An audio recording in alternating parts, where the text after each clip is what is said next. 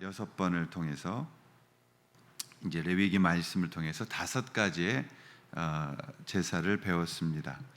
먼저 그 5가지 제사는 번제, 소제, 화목제, 속죄제, 속건제라고 말씀을 드렸습니다.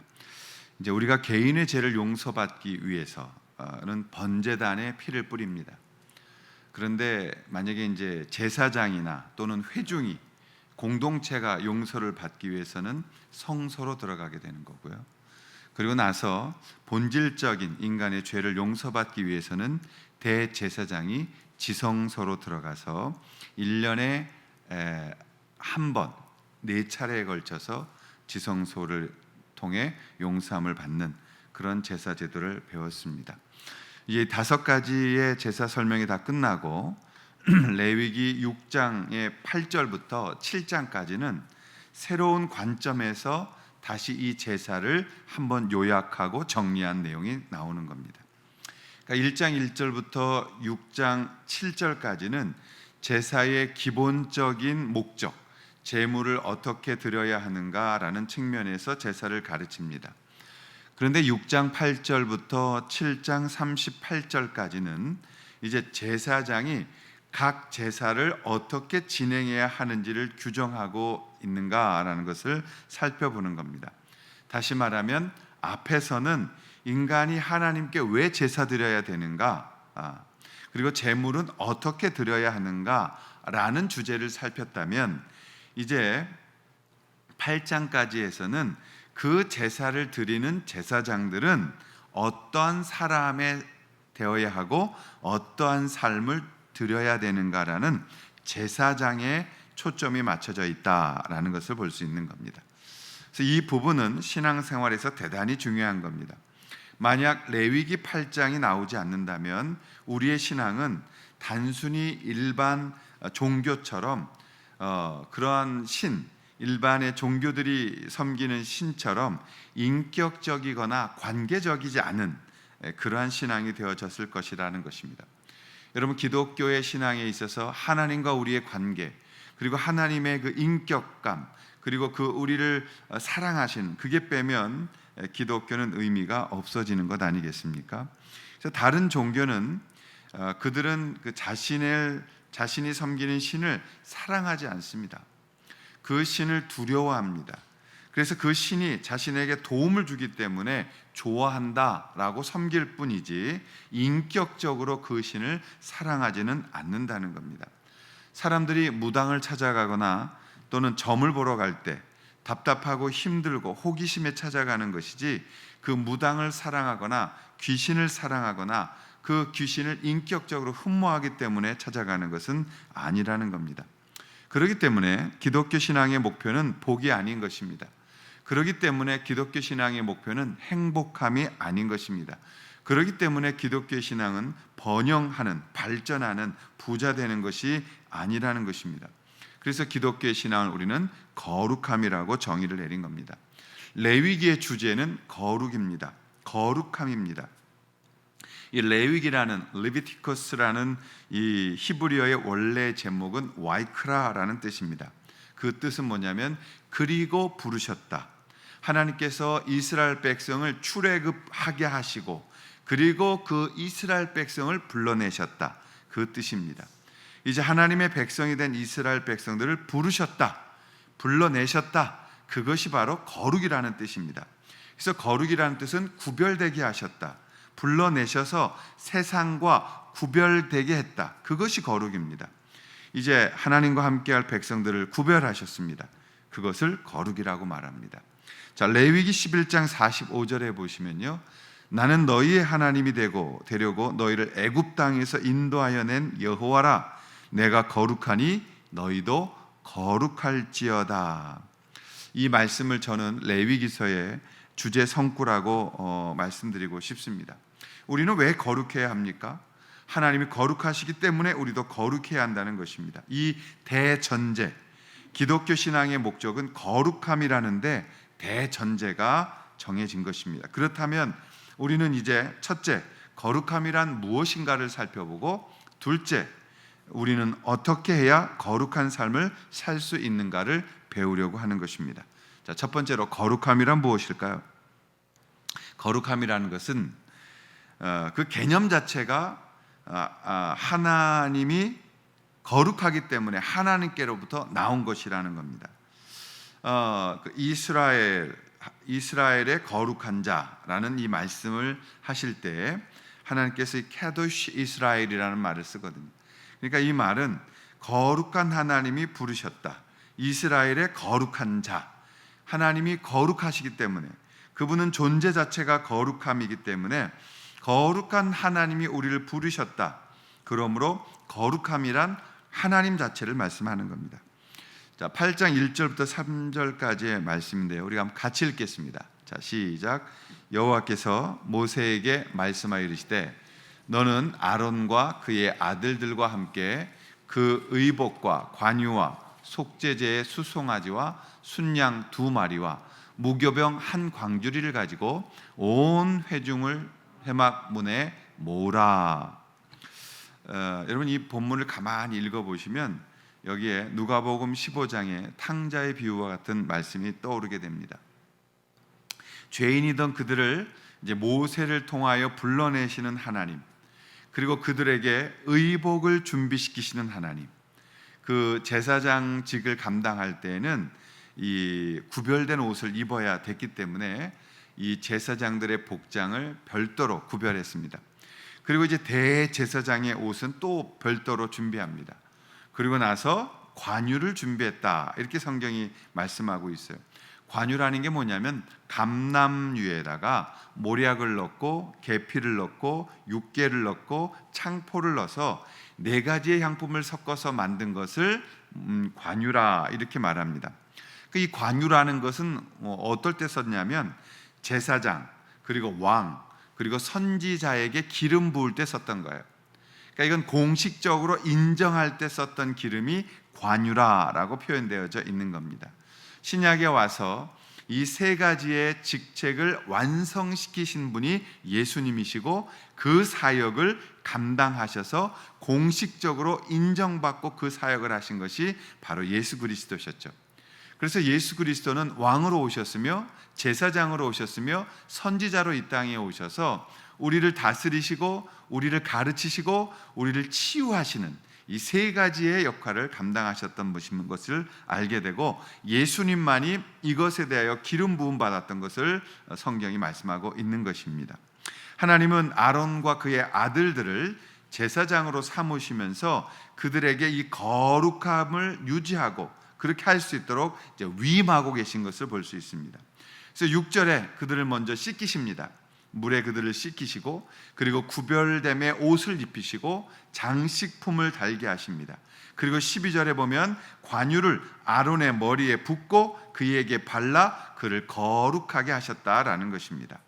8장에서 행하는 이 의식 하나하나 하나님이 직접 그들에게 자신의 거룩함을 위임하는 위임식을 보여주고 계신 것입니다. 여러분, 그렇다면 거룩함이 이제 뭐냐라는 걸 우리가 정의를 내려야 합니다. 명사로 거룩함을 영어로 말할 때는 holiness라는 말을 씁니다. 거룩한, holy라는 이 단어, 이 형용사와 신성하게 한다, sanctify라는 이 단어가 곧 거룩하게 만들다라는 동사를 연결해서 거룩함을 만든 겁니다. 그러니까 히브리어와 헬라어의 의미에서 보면 거룩함이란 하나님을 위해 따로 떼어놓음, 즉 구별함, 좀 더 종교적 용어로 말하면 성별하다라는 뜻을 가지고 있는 겁니다. 거룩은 우리가 생각하는 이런 개념하고 좀 달라야 되는 거예요.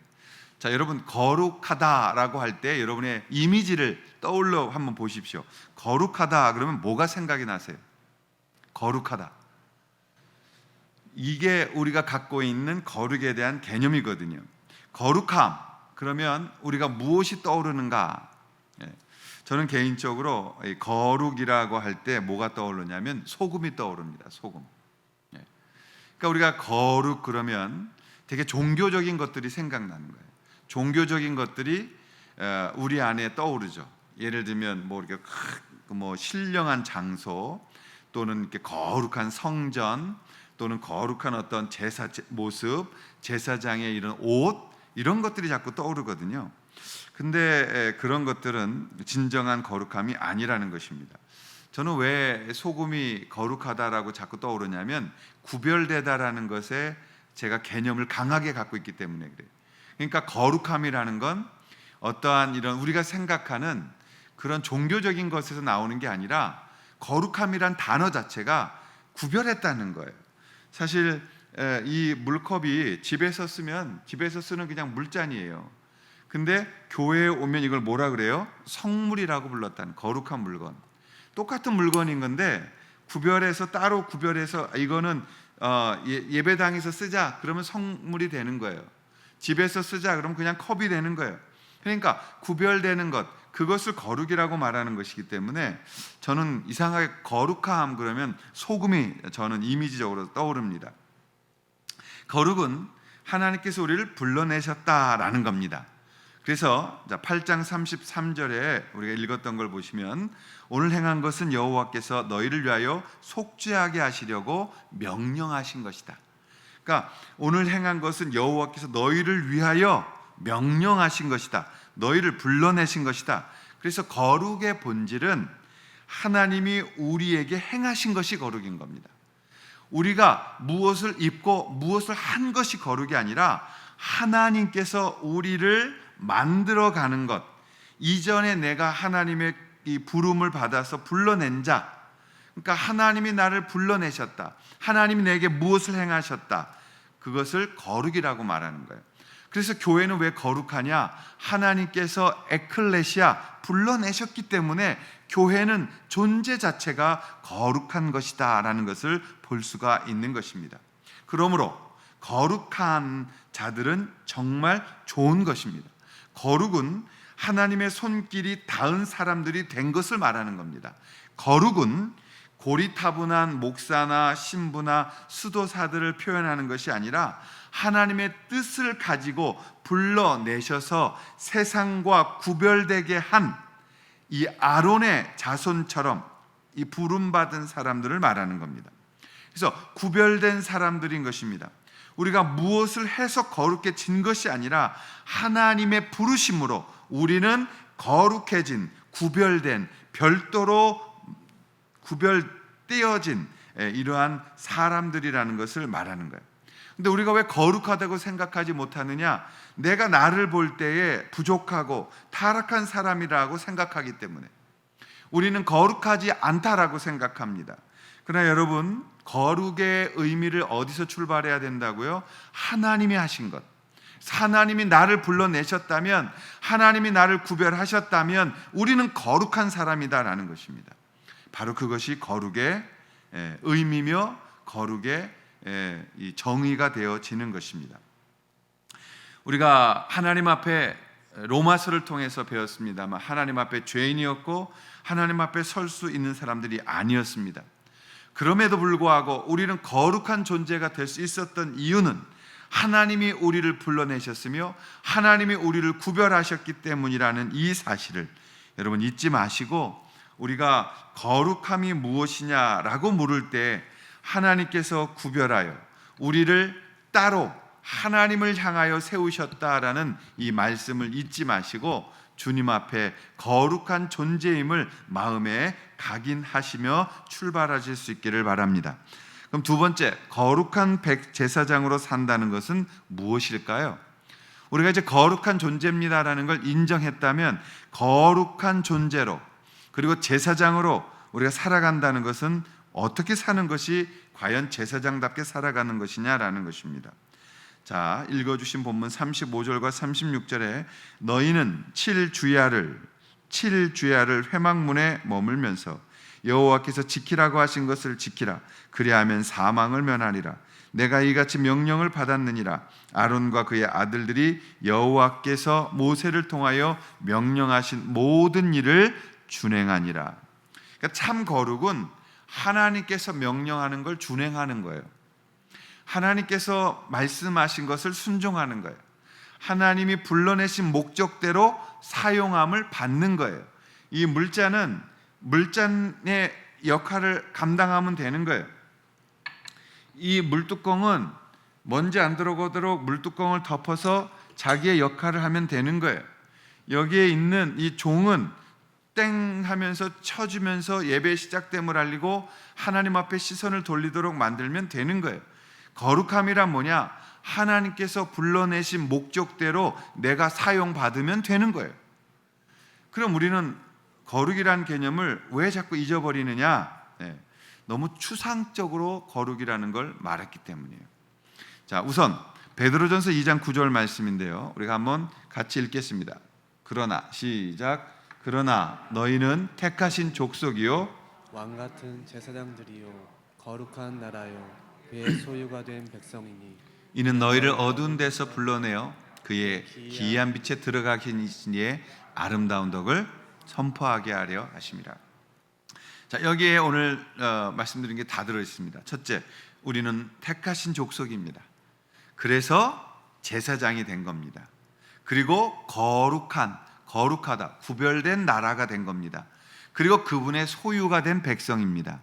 그분이 우리를 어두운 데서 불러내셔서 기이한 빛에 들어가게 하신 그 아름다움을 선포하는, 찬양하는, 선전하는, 광고하는, 떠들고 다니는 그 일을 하도록 만들어 내셨다라는 것입니다.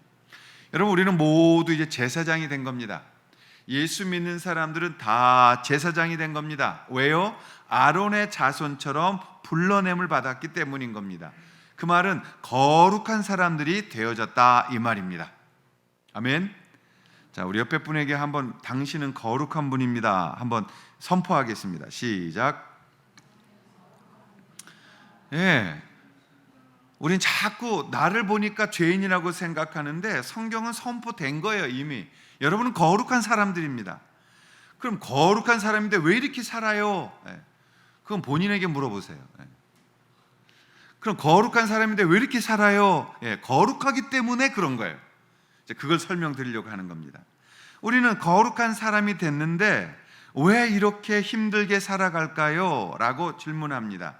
자, 거룩한 삶을 살아가기 위해서 우리가 가져야 되는 것, 첫째, 거룩한 삶이란 죄악된 세상 안에서 갈등을 겪으며 만들어지는 것임을 기억하는 겁니다. 이게 중요한 단어가 갈등이에요. 갈등. 우리는 거룩을 수도사적인 삶이라고 자꾸 생각해요. 세속을 떠나서 속세를 떠나야 한다고 생각합니다. 물론 그것도 거룩해지려는 일종의 하나의 방법은 맞아요. 그러나 그것을 거룩이라고 정의할 수는 없는 겁니다. 거룩이라는 것은 혼자 있어서 만들어지는 게 아니기 때문에 그런 겁니다. 이게 굉장히 중요한 것입니다, 여러분. 거룩이라는 것이 지금까지 오해된 이유가 뭐냐? 거룩은 혼자 아무도 없는 데서 하나님하고만 만들어지는 것이라고 생각한 거예요. 그걸 다 머릿속에 지우십시오. 잘못된 겁니다. 거룩이란 이 세상 안에서 만들어지는 겁니다. 여러분, 거룩이란 하나님하고만 살라고 구별된 게 아니에요. 그러면 속된 표현이지만은 예수님 믿었을 때 죽어야 되는 거예요. 예수님 믿고 더 이상 살면 안 되는 거예요. 그래야 거룩하다는 그 혼자만의 개념이 성립되는 거예요. 예수님은, 성경은 한 번도 거룩을 혼자 있는 개념으로 만들어낸 적이 없습니다. 거룩이란 갈등 속에서 만드는 거예요.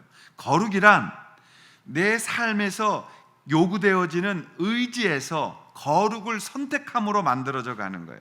그래서 거룩이라는 단어는 성화라는 sanctification하고 연결되어 있는 것입니다. 거룩이란 하나님 앞에서 나를 부르신 부름대로 내가 그 부름에 맞게 살아가는 거거든요. 근데 우리가 그 부름에 맞게 살아가면서 갈등을 겪습니다. 그 갈등의 삶 속에는 처음에는 불편함이 있습니다. 여러분, 오늘 예배 가야 돼? 갈등 겪잖아요. 오늘 하루만 빠지면 안 될까? 내가 이렇게 열심히 다녀야 되나? 내가 사람들에게 가면 꼭 친절해야 되나? 내가 하고 싶은 대로 하고 살면 안 되나? 여러분, 이 모든 것들이 제사장으로 살아가면서 얼마나 사실은 많은 갈등을 일으키겠어요. 그러나 그 갈등 속에서 우리는 하나님을 선택하게 되고 나를 부르신 부름에 초점을 맞춰가는 그러한 삶을 향해 나아가게 되는 것입니다. 이 갈등이 우리를 거룩함으로 부른 자답게 만드시고 거룩함을 알게 하시는 거라는 것입니다. 그러므로 갈등은 우리의 거룩함에 점수를 매기죠. 왜요? 우리가 실패하는 걸 알기 때문에 그렇습니다. 그 점수가 우리의 신앙의 수준입니다. 이 말이 뭐냐면 여러분이 무엇을 가지고 말씀으로 갈 거냐 내 고집대로 살 거냐 갈등하는 것을 보면 그 갈등이 여러분의 신앙의 수준이고 점수다라는 것이에요. 여러분이 무엇을 가지고 갈등합니까? 여러분, 우리가 먹고 사는 것으로 갈등합니다. 그럼 여러분의 수준은 고상하다고 생각했지만 먹고 사는 것에 아직도 고민하는 신앙에 머물러 있는 거예요. 우리가 어떤 교회에 와서 종교적인 모습 속에 여러분 거룩은 만들어지지 않아요. 이 거룩이라는 것은 여러분이 가지고 갈등하는 그 수준인 거예요. 그 갈등이 여러분의 거룩이에요. 그 갈등이 여러분의 하나님과의 관계예요. 그것은 예외일 수가 없는 거예요. 우리는 하나님 앞에 정말 힘들 때, 정말 내가 하나님 앞에 고통스러울 때 무엇을 결정하는지를 보면 되는 거예요. 하나님은 우리에게 굉장한 그 조심을 남기셨는데 그게 뭐냐면 이 거룩한 갈등이 일어날 때 우리 안에서 실용주의적인 삶을 선택하지 말게 하신 겁니다. 우리는 언제나 이 거룩의 문제에 부딪히면, 구별된 문제에서 내가 하나님 앞에 갈등을 일으키게 될 때면 제일 먼저 우리 안에 시험으로 파고드는 게 뭐냐면 실용주의적 생각이에요. 이게 무슨 말이냐?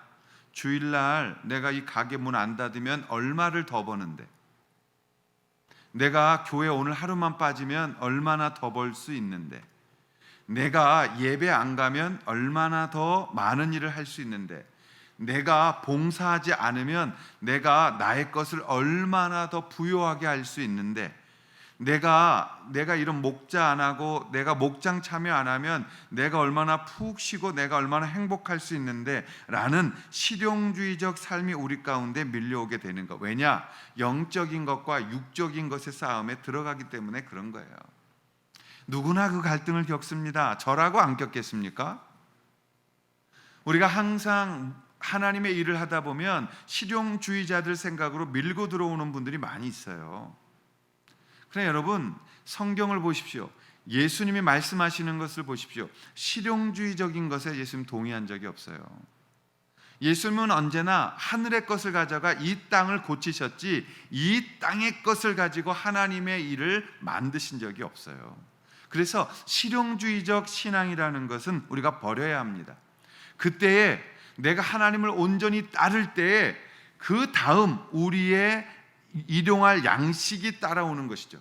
하나님의 일을 먼저 할 때, 하나님 앞에 먼저 서서 그의 나라와 그의 의를 구할 때에 너희의 필요들도 채우시는 역사가 있어서 우리가 그걸 얻는 것이지, 내가 나의 필요를 먼저 구할 때 하나님의 나라가 임하는 것은 아니다라는 것을 꼭 여러분이 기억하셔야 된다라는 것입니다.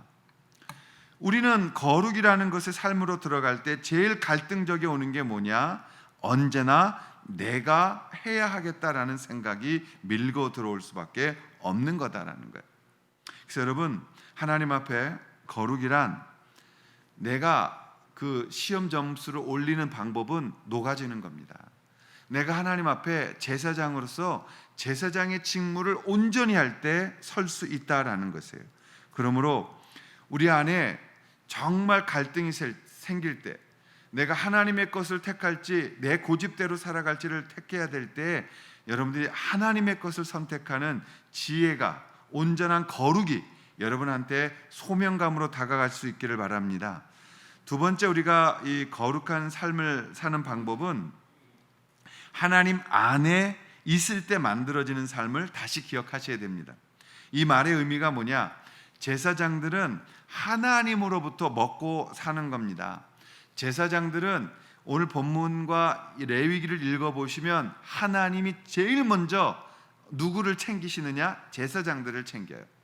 그래서 이것은 네가 이렇게 제사 지내고 제사장 갖다 줘라, 이것은 이렇게 하고 제사장들의 몫이다. 이것은 아론의 몫이다. 제사장들의 몫이다가 레위기에 수없이 계속 등장합니다. 이 말은 뭐냐? 내 아들은 내가 먹여, 내가 구별한 사람은 내가 책임져, 내 아들 딸들은 내가 하늘로부터 먹여라는 것을 선포하는 거예요.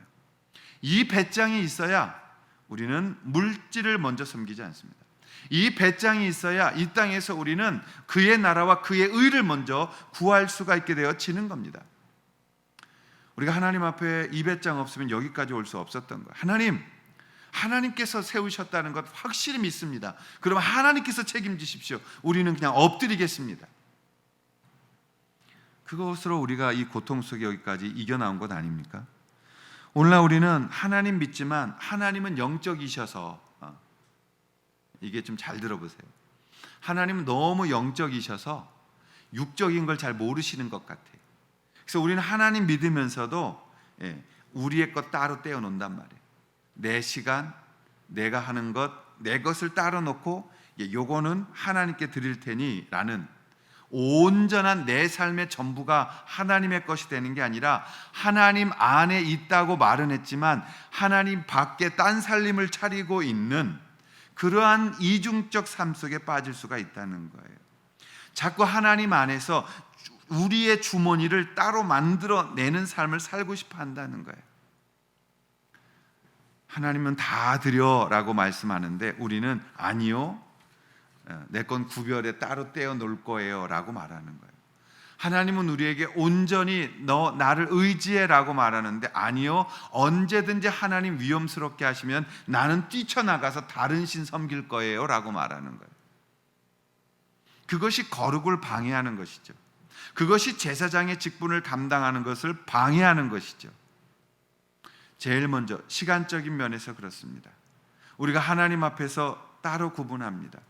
예배를 먼저 놓고 생활해야 하지 않아요. 하나님 앞에서 회사 다니고 일하고 분주하는데 어떻게 모든 걸 다 할 수 있느냐? 그러므로 세상 일을 다 하고 나는 이것만 하나님 앞에 드리겠다라는 좁은 의미에서의 예배를 선택하는 거죠.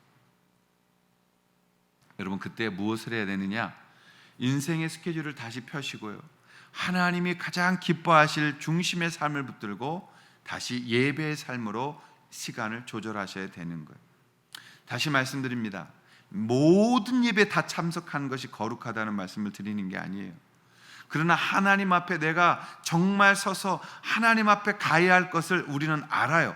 누가 말하기 이전에 내가 하나님 앞에 어떤 예배 가운데 서야 되는 걸 알아요. 그래서 인생의 스케줄을 하나님 앞에 예배하는 것에 먼저 맞추고 그 하나님의 우선순위를 드리는 인생의 시간을 짜셔야 된다는 거예요. 두 번째, 경제적인 측면에서 내가 기뻐하는 것이 아니라 내 삶에서 가장 중요한 고백을 물질로도 하나님 앞에 올려드릴 수 있어야 된다는 것이죠. 세 번째, 사람과의 관계적인 측면에서 우리의 말과 생각과 태도가 구별된 사람처럼 살아야 되는 거예요. 제사장들은 뒤에 다니면서 다른 사람 앞에서 웃고 뒤에서 험담하지 않잖아요. 제사장들은 말과 행동이 달라서는 안 되는 것이잖아요. 제사장들은 제사 방법을 하나라도 틀리게 드려서는 안 되는 거잖아요. 자기 생각대로 제사를 드리면 안 되는 거잖아요. 그것을 막기 위해서 제사 제도가 있는 거잖아요. 우리는 내 마음대로, 내 생각대로, 내가 하고 싶은 대로. 여러분, 사람들이 볼 때 저 사람은 예수쟁이야 라고 인정받는 삶을 살아야죠. 자신의 이득을 취하려는 태도나 자신의 고집을 부리는 삶이 아니고 제사장으로서 화평과 사람을 세우는 언어들을 연습해야 되는 거죠. 그것이 제사장인 삶인 것이죠. 네 번째, 거룩한 삶이란 결국 무엇이냐? 결론입니다. 경건한 삶을 말하는 것입니다. 이 경건이라는 단어의 뜻이 뭡니까? 경건이라는 헬라어의 원래는 유세베이아라는 거예요. 그건 신성하다는 뜻이에요. 다시 말하면 거룩하다는 뜻하고 동일한 겁니다. 그래서 경건의 뜻은 거룩하다, 성별되다는 내용이에요. 성도라는 말 자체가 거룩한 물이 구별된 물이란 말입니다. 그러니까 우리가 하나님 앞에 경건하다는 것은 거룩하게 사는 겁니다. 그것은 구별되었다라는 것이죠. 라이쇼스네스라는 말 자체가 하나님 편을 향하다는 거죠. 하나님 쪽으로 간다는 거예요. 그러므로 우리는 하나님 앞에서 경건한 삶을 살 수가 있는 것입니다. 그렇다면 여러분, 경건한 삶이란 무엇인지를 정의를 내려야 돼요. 자, 경건한 삶이란 무엇일까요?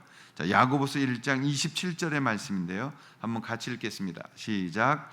하나님 아버지 앞에서 정결하고 더러움이 없는 경건은 곧 고아와 과부를 그 환난 중에 돌보고 또 자기를 지켜 새 속에 물들지 아니하는 그것이니라.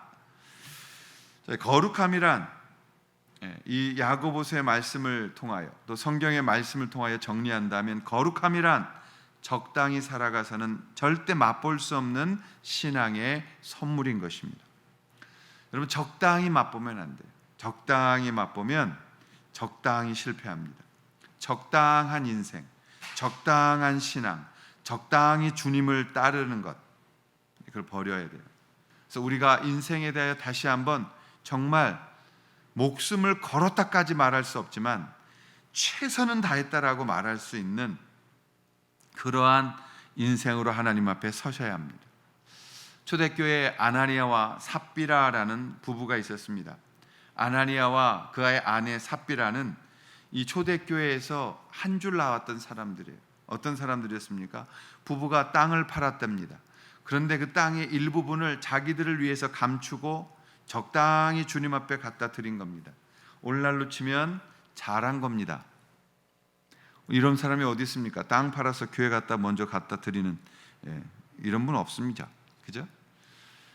근데 이것을 감춘 겁니다. 오늘날로 치면 환영받았을 일인데 초대교회에서는 좀 심할 정도로 이 남자를 먼저 거짓말했을 때 하나님이 죽이셨고 두 번째로 그 다음에 아내를 죽이셨습니다. 이렇게까지 하실 수 있었을까? 왜 이렇게 하셨을까? 그 이유는 상징을 만들어 주신 겁니다. 그게 뭐냐면 나는 적당히는 받지 않는다는 겁니다. 나는 적당히 섬겨야 할 하나님이 아니라는 겁니다. 나는 너희들에게 눈속임을 당하면서 인색함으로나 억지로 내가 없어서 받는 하나님이 아니라는 것입니다. 땅 팔아서 잘 살아보겠다는 마음이 들떠 있었던 아나니아와 삽비라는 그날 시간차만 달랐을 뿐 똑같은 사람들에 의하여 매장을 당했습니다. 오늘날 하나님은 죽이지 않으실 겁니다. 그러나 하나님은 거룩에 대하여 우리에게 말씀하고 있습니다. 우리가 신앙생활의 목표가 거룩이라는 것을 분명히 기억하고 그 하나님 앞에서 선다면 우리는 하나님께서 물로 씻기고 옷을 입히고 기름 부음을 입게 하신 제사장으로서 살아가는 인생이 되어질 수 있습니다. 하나님께서 인정하시는 삶을 말하는 것입니다.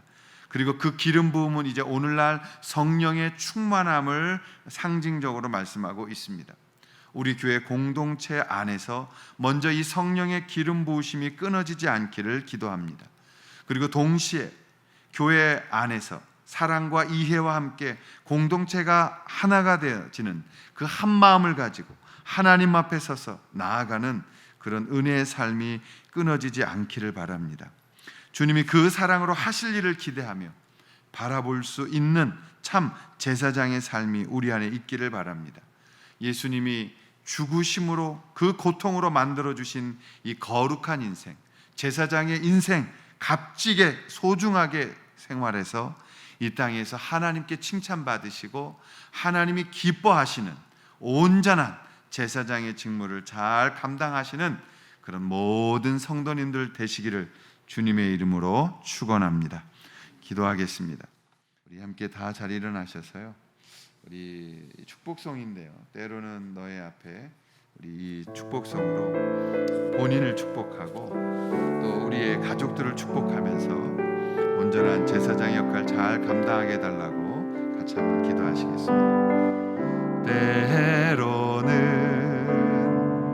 너의 앞에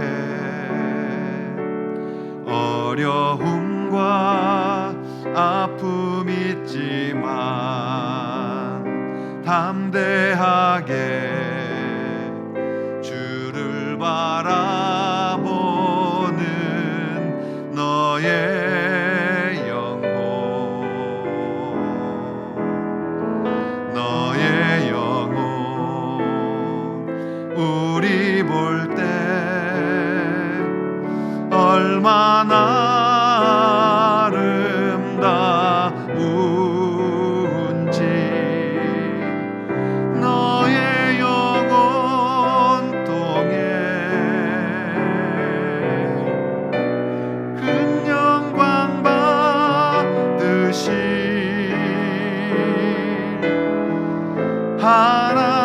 하나님을 찬양.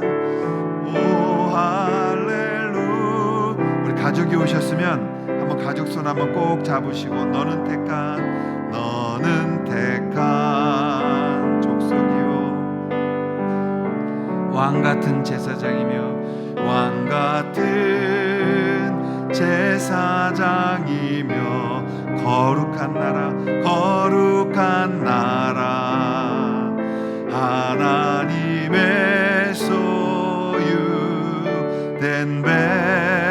백성 너의 영혼 우리 볼 때 얼마나 사랑스러운지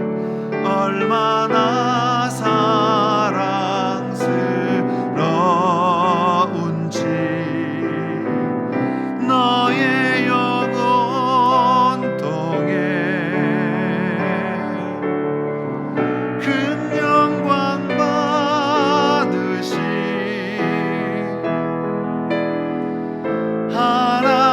하나님을 찬양. 오 할렐루야.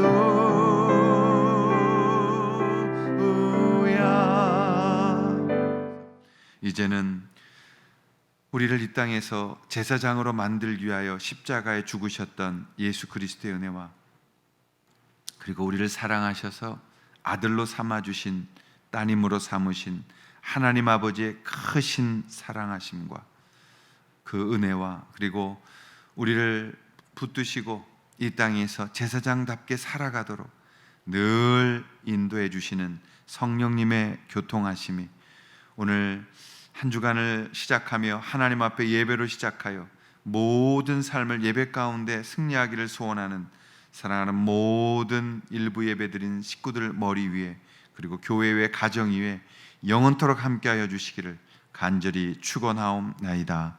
아멘.